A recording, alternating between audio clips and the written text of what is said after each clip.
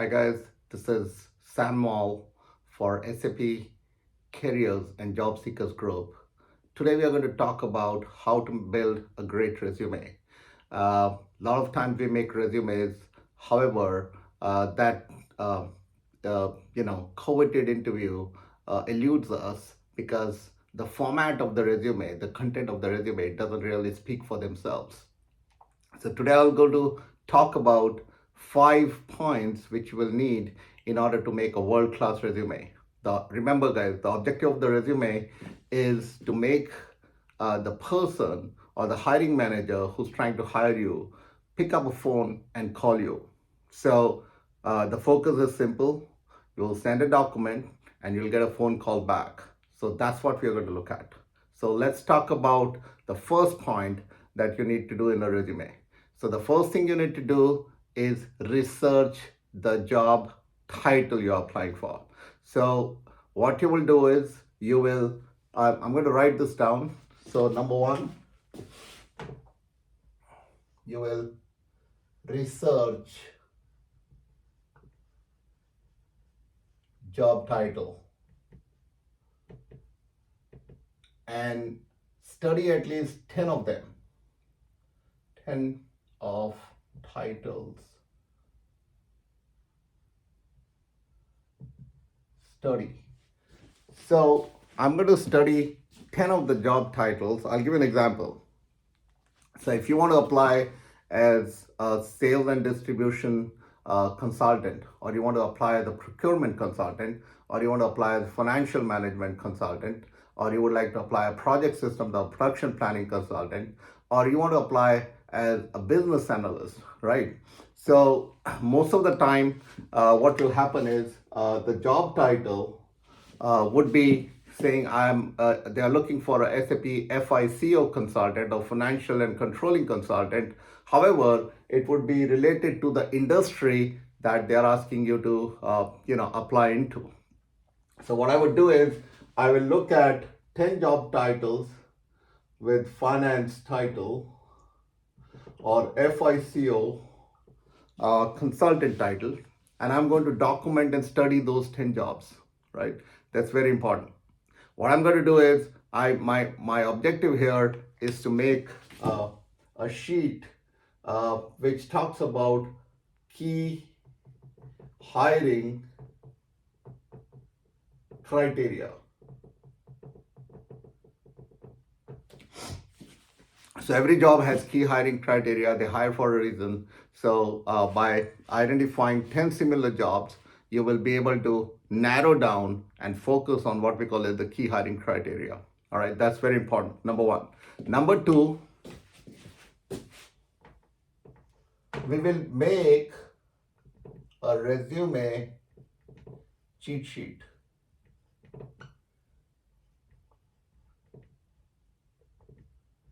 So the resume cheat sheet will have 3 components.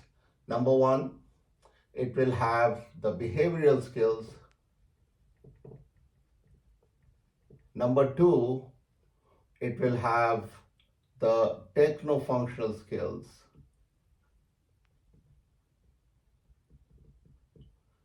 And number three, it will have the technical skills. So what will happen is when you make a resume cheat sheet, you're going to look at behavioral skills, techno-functional skills, and technical skills.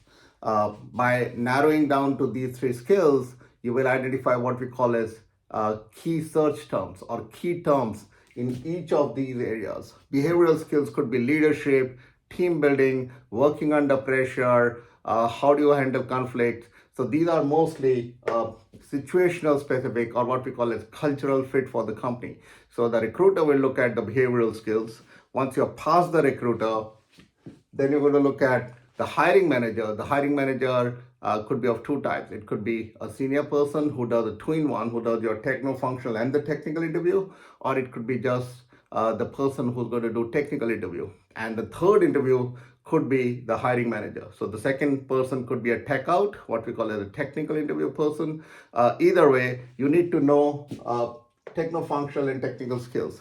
So your interview is 10% behavioral skills, 40% techno-functional skills, and 40% technical skills. So once we narrow down the key search terms or key terms that people are going to hire or employers are going to hire for these three, you will notice that some of them are repetitive, right? So there'll be 50% of the terms which are repetitive. There'll be 30% of the term which again have some common areas, and there'll be 20 unique uh, search terms or hiring criteria. So our focus is going to be those 20 unique hiring criteria, because that's going to make a difference in getting and not getting the job, right? So I'm just going to write unique terms. So when you have looked at 10 jobs and then you have looked at all the job descriptions, you have narrowed down and created a cheat sheet, and you have also done what we call as behavioral skills, techno-functional skills, and the technical skills. You have documented repeated terms in each of those, and then finally I have identified those 20% unique terms which are specific to the industry, right? It could be specific to the industry, it could be a product the industry uses, it could be a new technology product. But guys, this is what's going to make a difference in your getting that interview call and getting hired. So most of the times we can research this term. It's related to our business or technology area. We can get up to speed.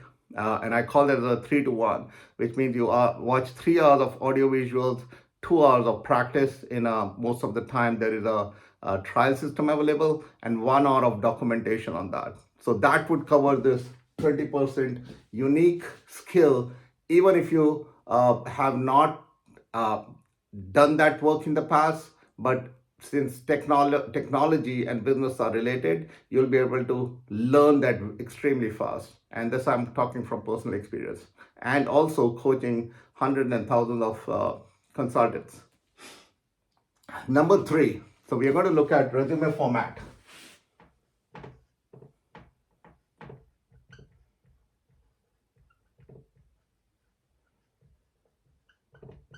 So the resume format has three sections.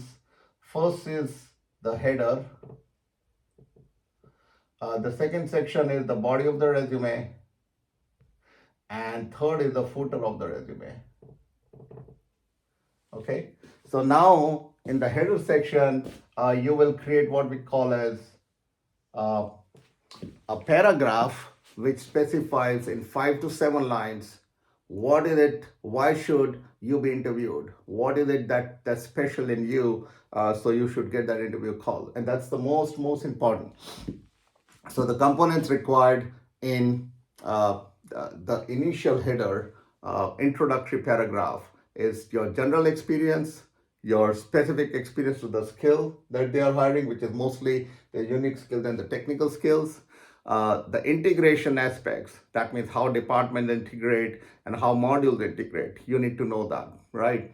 And also any extensions. So if you're in supply chain side, you will say warehouse management, e-procurement. If you're in sales, you will say e-commerce, right? If you're in project systems, you'll talk about project system, cost management, budgeted versus actuals, right? If you're in production planning, you will talk about OEM kind of outsourcing of consignments, and then consignment orders, right? So on and so forth. Third party orders would be another area I would talk about.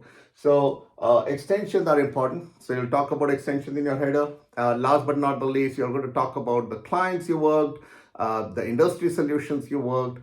And there are 2 aspects more important than this, is you should have roughly 4 project cycles, and 2 of these will be end-to-end project cycles, we call as greenfield cycles, and 1 would be upgrade enhancement, right? And then 1 would be rollout, support, and data migration. So again, 4 projects, 2 of them end-to-end cycles, 1 of them upgrade or enhancement, and 1 of them support, rollout, or data migration. So we're talking 4 projects. And then last but not the least, you'll talk about new technology. So that new technology covers where the company is headed. So that would complete your header. So the next things that you need to cover, and will come from here, the cheat sheet, is your behavioral skills, your techno-functional skills, and your technical skills, right? So this one, I'm going to call it the neck of the resume. And this one has behavioral skills, number one. Number two, techno-functional skills. And number three, technical skills. So behavioral skills, again, I told about leadership, team building, working under pressure. It's a cultural fit for the company. The techno-functional skills we are talking about is basically you need to have done it in order to be able to write it, right? So doing workshops, right? Doing a fit gap analysis is a techno-functional skill. That's number one. Number two is documentation is a techno-functional skill because it needs specific process and technical knowledge, at least at the high level. Number three would be configuration document or programming guide, which you're going to create. Number four would be your test scripts and testing documentation. Number five would be cutover, when you're going to move from what we call as the sandbox, from development to QA to production. There's a list of steps which are called cutover steps, which is done normally over a weekend or during a maintenance window, right? Number six would be change management. How are you going to make people accept the new change or the new automated process? And number seven would be support. Like there are 4 levels of support: level 1, level 2, level 3, level 4. Level 1 is business, level 2 is help desk, which is doing triage to the consultant. Level 3 is us, which is consultants. And level 4 would be the IT team, which kind of interacts with multiple vendors or multiple parties to resolve that issue. You also have a high, medium, and low priority. High priority is 2 to 4 hours. Medium priority would be 24 to 48 hours.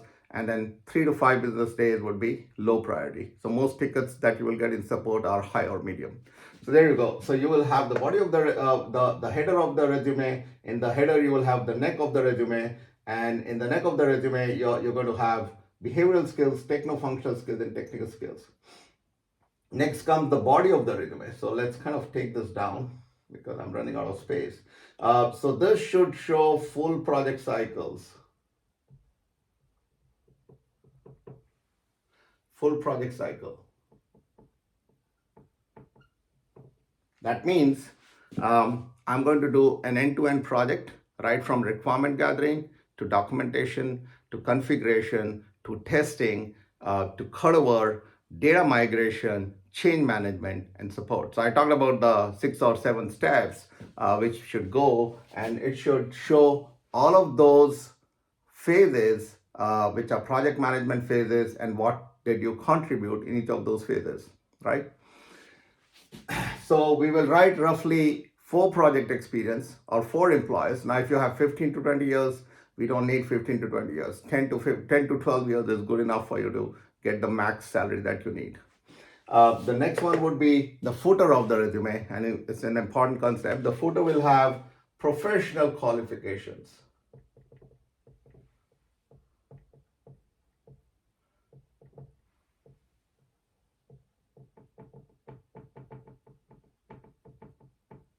And we will also have technical qualification. So the number 2, as I said, was the resume cheat sheet. The number 3 is the resume format, and the resume format has header, it has a neck.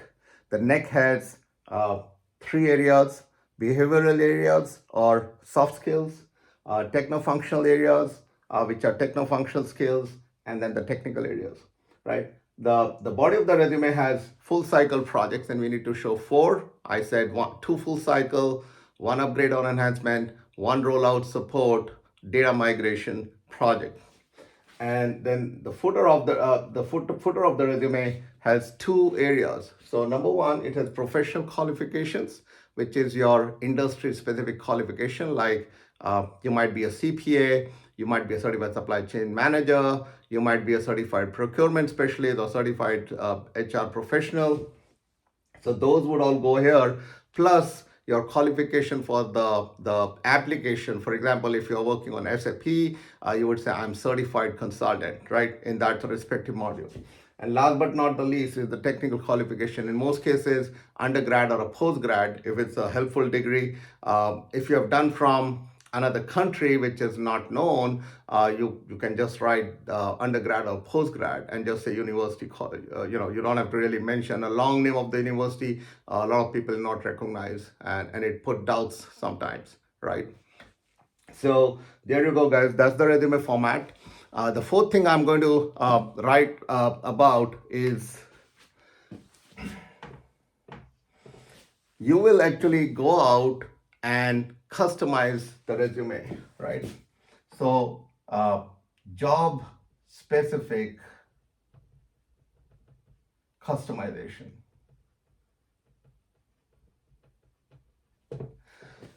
So every job will have that 20% uniqueness.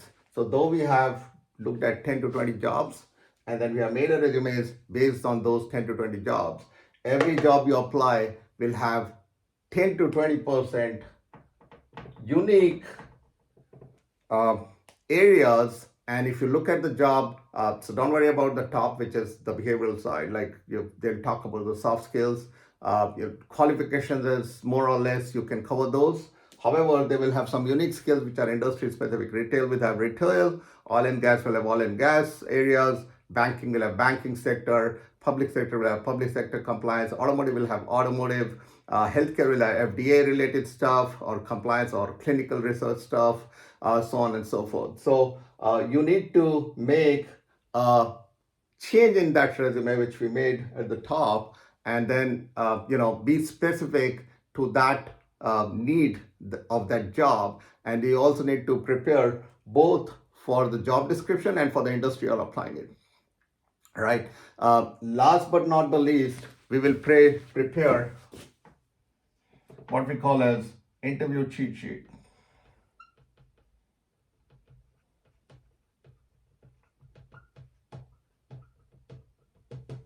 Okay, so the interview cheat sheet is important along with the resume because it kind of tells you when you are applying for that unique job, what are the aspects, what is the 10 to 20%. My first focus would be the 10 to 20% that I'm going to cover for that role which I'm applying. Then I'm going to focus on the technical skills.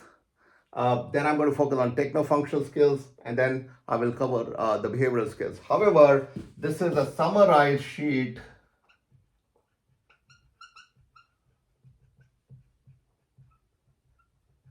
It's a summarized sheet with key terms for all the areas: behavioral side, techno-functional, technical, project cycle, and most important, the 10 to 20% unique terms which are specific to the job you're applying. So guys, in order to be successful, you need to rehearse, right? You need to rehearse. So interview rehearsal, and I'm going to talk about preparation for interview in another video. But there you go, guys. Those are the 5 things you will need in order to get that interview. So now the entire objective of this is to get you that interview call. The only way you will not get the interview call if they have something already pre-arranged, or it's somebody they know who knows their area, but they are mandated to give the job advertisements, but they know whom to hire. In which case, do not be depressed because it happens all the time. But in most of the cases, if they have a genuine need, and specifically you're in the techno-functional or the technical side, you will get that interview call. And we'll talk in another video. What do you give what do you speak in the interview? We'll prepare you for both the initial tit-a-tat with the hiring, with the recruiter, and then we come to the hiring manager. What should you say, right? And then technical interviews, and finally the job negotiation. So I'm going to make a series on that itself. So we get you to that paycheck, which will help you month after month, right, in your journey as a consultant. And then I have got another channel which is Wealth Wise by Sam. I will take you how to invest that money there and get to the next level. So thank you, guys. Thank you for watching. Please share, like, and subscribe this video. This is Sam All signing off for SAP Careers and Job Seekers Group. Thank you, guys.